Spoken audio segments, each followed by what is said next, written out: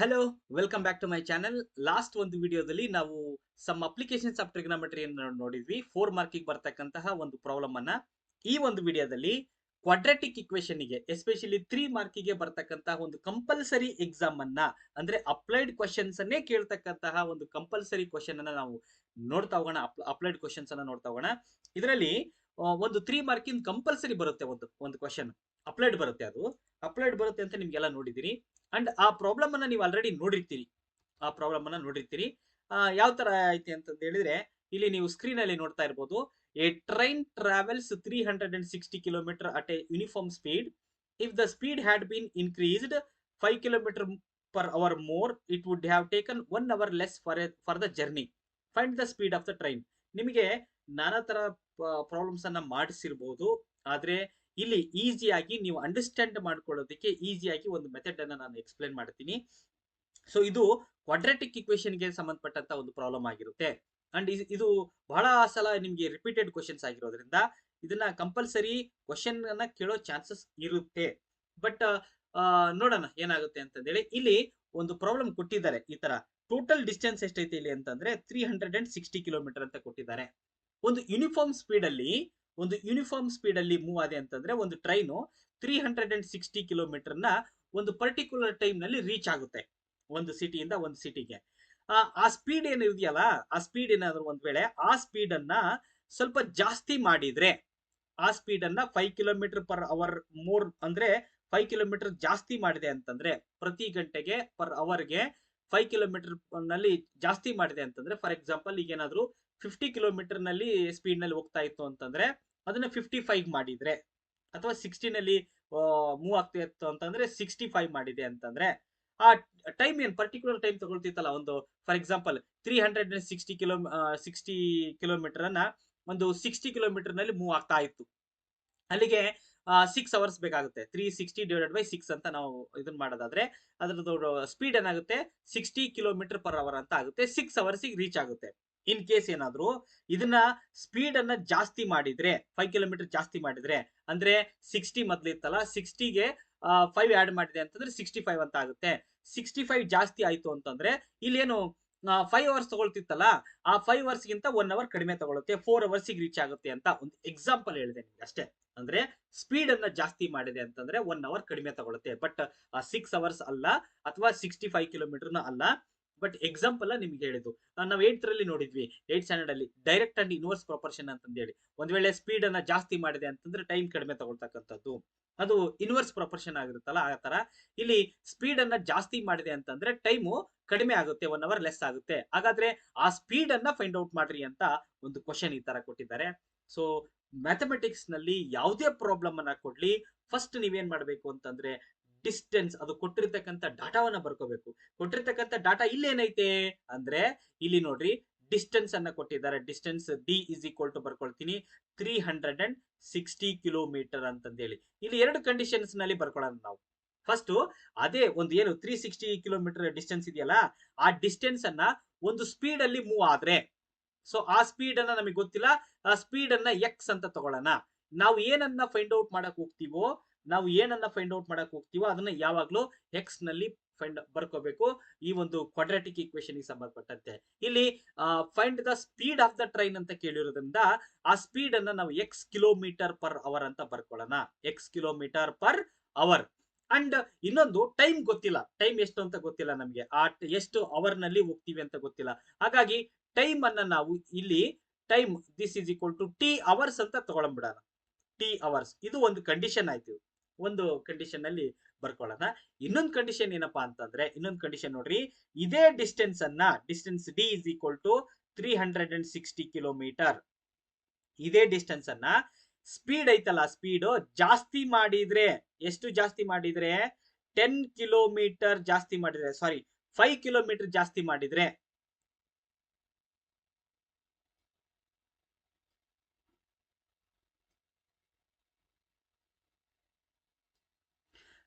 ಆ ಸ್ಪೀಡ್ ಇದೆಯಲ್ಲ, ಆ ಸ್ಪೀಡ್ ಅನ್ನ 5 ಕಿಲೋಮೀಟರ್ ಜಾಸ್ತಿ ಮಾಡಿದ್ರೆ, ಫಸ್ಟ್ ಗೆ ನಾವೇನ್ ತಗೊಂಡಿದ್ವಿ, ಎಕ್ಸ್ ಅಂತ ತಗೊಂಡಿದ್ವಿ. ಸ್ಪೀಡ್ ಅನ್ನ ಎಕ್ಸ್ ಗೆ ಈ 5 ಕಿಲೋಮೀಟರ್ ಜಾಸ್ತಿ ಆಡ್ ಮಾಡಬೇಕು. ಅಂದ್ರೆ ಎಕ್ಸ್ ಪ್ಲಸ್ 5 ಅಂತ ಬರ್ಕೊಳ್ತೀವಿ.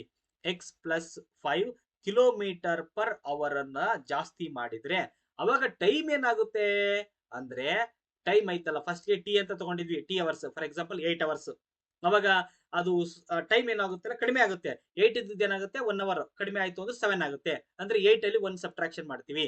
ಫಾರ್ ಎಕ್ಸಾಂಪಲ್ 10 ಅವರ್ಸ್ ತಗೊಂಡಿದ್ದೆ ಅಂತಂದ್ರೆ 9 ಅವರ್ಸ್ ಆಗ್ತಿತ್ತು, ಅಂದ್ರೆ 10 ಮೈನಸ್ 1 ಅಂತ ಸಬ್ಟ್ರಾಕ್ಷನ್ ಮಾಡ್ತಿದ್ವಿ. ಅದೇ ತರ ಟಿ ಅವರ್ಸ್ ಅಂತ ಕೊಟ್ಟಿದ್ದಾರೆ, ಈ ಟಿ ಮೈನಸ್ 1 ಅವರ್ಸ್ ಅಂತ ಬರ್ಕೋಬೇಕು. ಅಂದ್ರೆ ಟೈಮ್ ಅನ್ನೋದು ಟಿ ಮೈನಸ್ 1 ಅಂತ ಆಗುತ್ತೆ. ಸೊ ಇದು ಒಂದು ಕಂಡೀಷನ್. ನೆಕ್ಸ್ಟ್ ಇದು ಒಂದು ಕಂಡೀಷನ್. ಇದನ್ನ ನಾವು ಫಿಸಿಕ್ಸ್ ನಲ್ಲಿ ನಾವು distance S is equal to D by T ಅಂತ ಬರೀತೀವಲ್ಲ, speed is equal to distance divided by time ಅಂತ ಬರೀತೀವಲ್ಲ, ಆ ಫಾರ್ಮ್ ನಲ್ಲಿ ಬರ್ಕೋಬೇಕು. ಇಲ್ಲಿ ಫಸ್ಟ್ ಕಂಡೀಷನ್ ಬರ್ಕೊಳ್ತೀನಿ, ಇದು ಫಸ್ಟ್ ಕಂಡೀಷನ್ ಅಲ್ಲಿ ಇಲ್ಲಿ ಒಂದು ಬರ್ಕೊಂತೀನಿ. ನೆಕ್ಸ್ಟ್ ಸೆಕೆಂಡ್ ಕಂಡೀಷನ್ ಈ ಕಡೆ ಬರ್ಕೊಳ್ತೀನಿ ಇಲ್ಲಿ. ಸೊ ಫಸ್ಟ್ ಕಂಡೀಷನ್ ನೋಡ್ರಿ, speed S is equal to D by T ಅಂತ ಬರ್ಕೊಳ್ಳೋಣ. S is equal to D by T ಅಂದ್ರೆ ಇಲ್ಲಿ ಎಸ್ ಅಂತಂದ್ರೆ ಏನು, ಸ್ಪೀಡ್. ಆ ಸ್ಪೀಡ್ ಅನ್ನ ಎಕ್ಸ್ ಅಂತ ತಗೊಂಡಿದೀವಿ. Therefore X is equal to distance ಏನೈತಿ ಇಲ್ಲಿ 360 ಕಿಲೋಮೀಟರ್ ಅಂತ ಐತೆ. 360 ಕಿಲೋಮೀಟರ್ ಅಂದ್ರೆ ಹಂಗೆ ಬರ್ಕೋಬೇಕು, ಡಿವೈಡೆಡ್ ಬೈ ಟೈಮ್. ಟೈಮ್ ಅನ್ನ ನಾವು ಫಸ್ಟ್ ಗೆ ಎಲ್ಲಿ ಎಷ್ಟು ಯೂಸ್ ಮಾಡಿದ್ವಿ, T hours. So T hours ಅಂದ್ರೆ ಟಿ ಅಂತ ಬರ್ಕೊಳ್ಳೋಣ. ಇದು ಒಂದಾಯ್ತಾ. ಸೆಕೆಂಡ್ ಕಂಡೀಷನ್ ನೋಡಿ, ಇದು ಇನ್ನು ಸ್ವಲ್ಪ ಅಲ್ಟರ್ನೇಟ್ ಮಾಡ್ಕೊಂತ ಇದನ್ನ ಇನ್ ಟರ್ಮ್ಸ್ ಆಫ್ ಟಿ ತಗೊಳ್ತೀನಿ ನಾನು. ಇನ್ ಟರ್ಮ್ಸ್ ಆಫ್ ಟಿ ತಗೊಂಡೆ ಅಂತಂದ್ರೆ ಇಲ್ಲಿ ಎಲ್ ಎಚ್ ಎಸ್ ಈಕ್ವಲ್ ಮಾಡ್ಬೋದು. ಅದ್ ಮುಂದೆ ನಿಮ್ಗೆ ಹೇಳ್ತೀನಿ. ಈ ಟಿ ನ ಈ ಕಡೆ ಶಿಫ್ಟ್ ಮಾಡಿ, ಈ ಎಕ್ಸ್ ಅನ್ನ ಈ ಕಡೆ ಶಿಫ್ಟ್ ಮಾಡಿದೆ ಅಂತಂದ್ರೆ ಅವಾಗ ಏನಾಗುತ್ತೆ, T is equal to 360 divided by X ಅಂತ ಬರುತ್ತೆ. ಇದು ಇಕ್ವೇಶನ್ ನಂಬರ್ 1 ಅಂತ ಮಾಡ್ಕೊಳ್ಳೋಣ. ಇಲ್ಲಿ ಸೆಕೆಂಡ್ ಕಂಡೀಷನ್ ನೋಡ್ರಿ, ಇಲ್ಲಿ ಸೆಕೆಂಡ್ ಕಂಡೀಷನ್ ಸೇಮ್ ಅದನ್ನೇ ಬರಿತೀವಿ. S is equal to D divided by T ಅಂತಾನೆ ಬರಿತೀವಿ. ಎಸ್ ಅಂತಂದ್ರೆ ಇಲ್ಲಿ ಸ್ಪೀಡ್ ಏನಾಗಿದೆ ಇಲ್ಲಿ ಎಕ್ಸ್ ಪ್ಲಸ್ 5 ಆಗಿದೆ. So X plus 5. This is equal to distance ಎಷ್ಟೈತೆ ನೋಡ್ರಿ ಇಲ್ಲಿ 360. ಸೊ 360 ಡಿವೈಡೆಡ್ ಬೈ ಟೈಮ್ ಎಷ್ಟೈತೆ ನೋಡ್ರಿ ಇಲ್ಲಿ, ಟೈಮ್ 1 ಅವರ್ ಲೆಸ್ ಆಗಿದೆ, ಅಂದ್ರೆ ಟಿ ಮೈನಸ್ 1 ಆಗಿದೆ. ಇವಾಗ ಇಲ್ಲಿ ಇನ್ ಟರ್ಮ್ಸ್ ಆಫ್ ಟಿ ತಗೊಂಡಿದೀವಿ ಅಂತಂದ್ರೂ ಕೂಡ ಇಲ್ಲಿ ಕೂಡ ಇನ್ ಟರ್ಮ್ಸ್ ಆಫ್ ಟಿ ತಗೋಬೇಕು. ಈ ಟಿ ಮೈನಸ್ 1 ಅನ್ನ ಈ ಕಡೆ ಶಿಫ್ಟ್ ಮಾಡೋಣ, ಎಕ್ಸ್ ಪ್ಲಸ್ 5 ಅನ್ನ ಈ ಕಡೆ ಶಿಫ್ಟ್ ಮಾಡೋಣ. ಅವಾಗ ನಮಗೆ T minus 1 is equal to 360 divided by X plus 5 ಅಂತ ಬರುತ್ತೆ. ಈ ಮೈನಸ್ 1 ಅನ್ನ ಈ ಕಡೆ ಶಿಫ್ಟ್ ಮಾಡ್ತೀನಿ. ಅವಾಗ ಟಿ ಇಸ್ ಈಕ್ವಲ್ ಟು ಏನಾಗುತ್ತೆ ಅಂತಂದ್ರೆ 300 ಪ್ಲಸ್ 1 ಅಂತ ಬರ್ತತಿ. ಯಾಕೆ ಅಂತಂದ್ರೆ ಇನ್ ಟರ್ಮ್ಸ್ ಆಫ್ ಟಿ ಬೇಕು ನನಗೆ. ಯಾಕಂದ್ರೆ ಇಲ್ಲಿ L H S equation number 1 ಅಲ್ಲಿ ಎಲ್ ಎಚ್ ಎಸ್ ಟಿ ಅಂತ ಐತೆ, ಆರ್ ಎಚ್ ಎಸ್ ನಲ್ಲೂ ಕೂಡ ಟಿ ಅಂತ ಬಂದ್ಬಿಟ್ರೆ ನಮಗೆ ಈ ಎರಡು ಇಕ್ವೇಶನ್ಸ್ ಅನ್ನ ತಗೊಂಡು ಕ್ವಾಡ್ರಾಟಿಕ್ ಇಕ್ವೇಶನ್ ಫಾರ್ಮ್ ತಗೊಂಡ್ಬಂದು ಸಾಲ್ವ್ ಮಾಡಬಹುದು. ಹಾಗಾಗಿ ಇದನ್ನ ಇನ್ ಟರ್ಮ್ಸ್ ಆಫ್ ಟಿ ನೇಲೆ ತಗೋಬೇಕು. ಇದನ್ನ ಸ್ವಲ್ಪ ರೀಅರೇಂಜ್ ಮಾಡ್ಕೊಂತೀವಿ. ಇದನ್ನ ಟಿ ಇಸ್ ಈಕ್ವಲ್ ಟು ಏನಾಗುತ್ತೆ ಅಂದ್ರೆ 360 ಇಂಟು 1 ಅಂತಂದ್ರೆ 360. 360ಗೆ ಇಲ್ಲಿ ಎಕ್ಸ್ ಪ್ಲಸ್ 5 ಇಂಟು 1 ಅಂತಂದ್ರೆ ಎಕ್ಸ್ ಪ್ಲಸ್ 5 ಮಲ್ಟಿಪ್ಲಿಕೇಶನ್ ಮಾಡ್ತೀವಿ.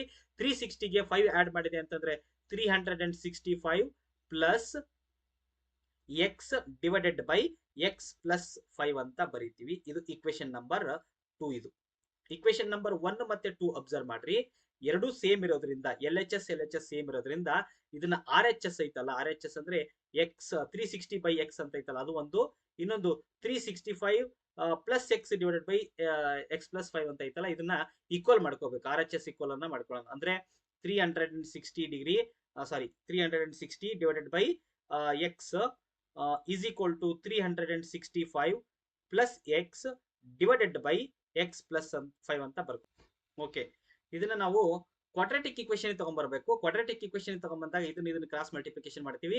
ಎಕ್ಸ್ ಇಂಟು 360 ಅಂತಂದ್ರೆ 360 ಎಕ್ಸ್ ಪ್ಲಸ್ 360 ಇಂಟು 5 ಮಲ್ಟಿಪ್ಲೈ ಮಾಡಿದೆ ಅಂತಂದ್ರೆ 6 5 30, 3 ಕ್ಯಾರಿ, 5 3 15, 15ಗೆ 3 ಆಡ್ ಮಾಡಿದ್ರೆ 18, 1800 ಅಂತ ಬರುತ್ತೆ. ಸೊ 1800 ಅನ್ನ ಮಲ್ಟಿಪ್ಲಿಕೇಶನ್ ಮಾಡ್ತೀವಿ. This is equal to 365 into X ಅಂತಂದ್ರೆ 365 X plus X into X ಅಂತಂದ್ರೆ ಎಕ್ಸ್ ಸ್ಕ್ವಯರ್. ಇದನ್ನ ನಾವು ಒಂದು ಕ್ವಾಡ್ರಾಟಿಕ್ ಇಕ್ವೇಶನ್ ತಗೊಂಡ್ಬರ್ಬೇಕು ಇದನ್ನ. ಸೊ ಕ್ವಾಡ್ರಾಟಿಕ್ ಇಕ್ವೇಶನ್ ತಗೊಂಡ್ಬಂದಾಗ ಏನಾಗುತ್ತೆ ಅಂದ್ರೆ ಎಕ್ಸ್ ಸ್ಕ್ವಯರ್ ಇಲ್ಲೇ ಇರ್ತೈತಿ. ಇದು ಎಕ್ಸ್ ಸ್ಕ್ವಯರ್ ಪ್ಲಸ್ 365 ನಲ್ಲಿ ಈ 360 ಅನ್ನ ಸಬ್ಟ್ರಾಕ್ಷನ್ ಮಾಡಿದೆ ಅಂತಂದ್ರೆ 5 ಬರುತ್ತೆ, 5x ಅಂತ ಬರುತ್ತೆ. ಅಂಡ್ ಮೈನಸ್ ಇದು ಈ ಕಡೆ ಬಂತು ಅಂತಂದ್ರೆ 1800 ಇಸ್ ಈಕ್ವಲ್ ಟು 0 ಅಂತ ಬರುತ್ತೆ. This is A quadratic equation. ಇವಾಗ ಒಂದು ಕ್ವಾಡ್ರಾಟಿಕ್ ಇಕ್ವೇಶನ್ ಫಾರ್ಮಿಗೆ ತಗೊಂಡ್ಬಂದಿವಿ ನಾವು. ಇದನ್ನ ನಾವು ಬೈ ಫ್ಯಾಕ್ಟರೈಸೇಷನ್ ಮೆಥಡ್ ನಲ್ಲಿ ಇದನ್ನ ಸಾಲ್ವ್ ಮಾಡಬೇಕು. ಅಂದ್ರೆ X square plus 5x minus 1800 is equal to 0. So first number last number multiplication ಮಾಡಿ ಅದನ್ನ ಕ್ವಾಡ್ರಾಟಿಕ್ ಇಕ್ವೇಶನ್ ತಗೊಂಡ್ಬಂದಾಗ ಏನಾಗುತ್ತೆ ಅಂತಂದ್ರೆ ಇದನ್ನ ಈ ತರ ಬರ್ಕೋಬಹುದು ನಾವು. X square plus 5x minus 40x minus 1000 minus 1800 is equal to 0. ಈ ಫಾರ್ಮುಲೆ ಬರ್ಕೊಂತೀವಿ. ಇವೆರಡರಲ್ಲಿ ಕಾಮನ್ ಫ್ಯಾಕ್ಟರ್ ನ ಹೊರಗಡೆ ತೆಗಿಬೇಕು. ದೇರ್ ಫೋರ್ ಎಕ್ಸ್ ಅನ್ನ ಹೊರಗಡೆ ತೆಗೆದೆ ಅಂತಂದ್ರೆ ಎಕ್ಸ್ ಪ್ಲಸ್ 45 ಅಂತ ಬರುತ್ತೆ. ಅಂಡ್ ಇಲ್ಲಿ ಕೂಡ ಎಕ್ಸ್ ಪ್ಲಸ್ 45 ಅಂತಾನೆ ಬರ್ಕೊಂಡು ದೆನ್ ಇಲ್ಲಿ ಒಂದು ನಂಬರ್ ಬರುತ್ತೆ -40 ಅಂತಂದೇಳಿ. So -40 into X -40, X minus into minus plus ಆಗುತ್ತೆ. ಸಾರಿ, ಮೈನಸ್ ಇಂಟು ಪ್ಲಸ್ ಮೈನಸ್ ಆಗುತ್ತೆ. 40 ಇಂಟು 45 ಮಲ್ಟಿಪ್ಲೈ ಮಾಡಿದ್ರೆ 1800. ಸೊ ಎಕ್ಸ್ ಪ್ಲಸ್ 45 ಅನ್ನೋದು ಒಂದು ಆಗುತ್ತೆ, ಒಂದು ಫ್ಯಾಕ್ಟರ್ ಆಗುತ್ತೆ. ಇನ್ನೊಂದು ಫ್ಯಾಕ್ಟರು ಎಕ್ಸ್ ಮೈನಸ್ 40 ಅಂತ ಒಂದು ಬರ್ತತಿ. This is equal to 0. ಈ ಪ್ಲಸ್ ಇರೋದನ್ನ ಆ ಕಡೆ ಶಿಫ್ಟ್ ಮಾಡಿದೆ ಅಂತಂದ್ರೆ ಎಕ್ಸ್ ಇಸ್ ಈಕ್ವಲ್ ಟು -45 ಬರ್ತತಿ. ಅಂಡ್ ಈ -40 ಅನ್ನ ಆ ಕಡೆ ಶಿಫ್ಟ್ ಮಾಡಿದೆ ಅಂತಂದ್ರೆ ಎಕ್ಸ್ ಇಸ್ ಈಕ್ವಲ್ ಟು 40 ಅಂತ ಬರುತ್ತೆ. ಇಲ್ಲಿ ನೆಗೆಟಿವ್ ಇರೋದನ್ನ ಬಿಡ್ತೀವಿ. ಯಾಕೆ ಅಂತಂದ್ರೆ ಸ್ಪೀಡ್ ಅನ್ನೋದು ಯಾವಾಗಲೂ ಪಾಸಿಟಿವ್ ಆಗಿರೋದ್ರಿಂದ ಸ್ಪೀಡ್ ಇಸ್ ಈಕ್ವಲ್ ಟು ಎಷ್ಟಾಗುತ್ತೆ ಅಂತಂದ್ರೆ 40 ಕಿಲೋಮೀಟರ್ ಪರ್ ಅವರ್ ಅಂತ ಬರಿತೀವಿ. ದೇರ್ ಫೋರ್ ಇಲ್ಲಿ ಇದೆಯಲ್ಲ 40 ಕಿಲೋಮೀಟರ್ ಪರ್ ಅವರ್ ಸ್ಪೀಡ್ ಅನ್ನು ನಾವು ಫೈಂಡ್ ಔಟ್ ಮಾಡಿ ಆಯ್ತು. ಈ ಸ್ಪೀಡ್ ವ್ಯಾಲ್ಯೂವನ್ನ ಇಲ್ಲಿ ಈ ಇಕ್ವೇಶನ್ ನಂಬರ್ 1 ಅಲ್ಲಿ ಸಬ್ಸ್ಟಿಟ್ಯೂಟ್ ಮಾಡಿದೆ ಅಂತಂದ್ರೆ ನಮಗೆ ಟೈಮ್ ಬರುತ್ತೆ. ದೇರ್ ಫೋರ್ ನಮಗೆ ಅವ್ರೇನು ಟೈಮ್ ಕೇಳಿಲ್ಲ, ಬಟ್ ಸ್ಪೀಡ್ ಕೇಳಿದ್ರು, ಸ್ಪೀಡ್ ಅನ್ನ ಫೈಂಡ್ ಔಟ್ ಮಾಡಿದೀವಿ.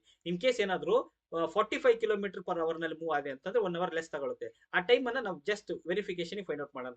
T is equal to equation number 1 ಅಲ್ಲಿ ಸಬ್ಸ್ಟಿಟ್ಯೂಟ್ ಮಾಡಿದೆ ಅಂತಂದ್ರೆ 360 ಡಿವೈಡೆಡ್ ಬೈ 40 ಅಂತ ಬರೀತೀವಿ. 0 ಗೆಟ್ ಕ್ಯಾನ್ಸಲ್, 4 1 4 9 ಅಂದ್ರೆ 9 hours. T is equal to ಎಷ್ಟು ಬರುತ್ತೆ? 9 ಅವರ್ಸ್. ಇನ್ ಕೇಸ್ ಏನಾದ್ರು 40 ಕಿಲೋಮೀಟರ್ ಪರ್ ಅವರ್ ನಲ್ಲಿ ಮೂವ್ ಆದೆ ಅಂತಂದ್ರೆ ಒಂದು ಡೆಸ್ಟಿನೇಷನ್ ಅನ್ನ ಅಂದ್ರೆ 360 ಕಿಲೋಮೀಟರ್ ಅನ್ನ 9 ಅವರ್ಸ್ ನಲ್ಲಿ ರೀಚ್ ಆಗ್ತಾರೆ. ಇನ್ ಕೇಸ್ ಇದನ್ನೇನಾದ್ರು 45 ಕಿಲೋಮೀಟರ್ ಪರ್ ಅವರ್ ನಲ್ಲಿ ಮೂವ್ ಆದೆ ಅಂತಂದ್ರೆ 8 ಅವರ್ಸ್ ಗೆ ರೀಚ್ ಆಗ್ತಾರೆ ಅಂತಂದೇಳಿ ಈ ತರ ಕ್ವಶನ್ ಅನ್ನ ನಾವು ಸಾಲ್ವ್ ಮಾಡ್ತೀವಿ ಕ್ವಾಡ್ರಾಟಿಕ್ ಇಕ್ವೇಶನ್ ಗೆ ಸಂಬಂಧಪಟ್ಟಂತೆ. ಸೊ ಇದು ನಿಮ್ಮ ಸ್ಕೂಲಲ್ಲಿ ಬೇರೆ ಬೇರೆ ತರ ಹೇಳ್ಕೊಟ್ಟಿರ್ಬೋದು, ಬಟ್ ಇದನ್ನ ಯೂಸ್ ಮಾಡ್ಕೊಂಡೆ ಅಂತಂದ್ರೆ ಈ ಕ್ವಾಡ್ರಾಟಿಕ್ ಇಕ್ವೇಶನ್ ಫಾರ್ಮ್ ತಗೊಂಡ್ಬಂದು ಸಿಂಪ್ಲಿಫೈ ಮಾಡೋದಕ್ಕೆ ಈಸಿ ಆಗುತ್ತೆ. ಕೆಲವೊಂದ್ಸಲ ನಿಮ್ಗೆ ಹೇಳ್ಕೊಟ್ಟಿರ್ಬೋದು ಡೈರೆಕ್ಟ್ ಆಗಿ 360 divided by X minus 360 divided by X plus 5 is equal to 1 ಅಂತ ನಿಮಗೆ ಹೇಳ್ಕೊಟ್ಟಿರ್ಬೋದು. ಇದು ಕೂಡ ಡೈರೆಕ್ಟ್ ಆಗಿ ಮಾಡ್ಬೋದು, ಆದ್ರೆ ಕೆಲವೊಂದ್ಸಲ ಇದು ಅಪ್ಲಿಕೇಬಲ್ ಆಗಲ್ಲ. ಪ್ಲಸ್ ಮೈನಸ್ ಅದನ್ನ ನಿಮ್ಗೆ ಇಲ್ಲಿ ಕ್ವಾಡ್ರಾಟಿಕ್ ಇಕ್ವೇಶನ್ ತಗೊಂಡ್ಬರೋದಕ್ಕೆ ಸ್ವಲ್ಪ ಕಷ್ಟ ಆಗ್ಬೋದು ಇದನ್ನ. ಅದಕ್ಕೆ ಈ ಮೆಥಡ್ ಅನ್ನ ಯೂಸ್ ಮಾಡ್ಕೊಂಡೆ ಅಂತಂದ್ರೆ ಈ ತರ ಅಪ್ಲೈಡ್ ಕ್ವಶನ್ಸ್ ಬೇರೆ ಯಾವುದೇ ಕೊಟ್ಟರು ಕೂಡ ನಾವು ಈಸಿಯಾಗಿ ಸಾಲ್ವ್ ಮಾಡ್ಬೋದು ಅಂತ ಹೇಳ್ತಾ ಮುಂದಿನ ವಿಡಿಯೋದಲ್ಲಿ ಮತ್ತೆ ಸಿಗ್ತೀನಿ. Thank you all. Thank you.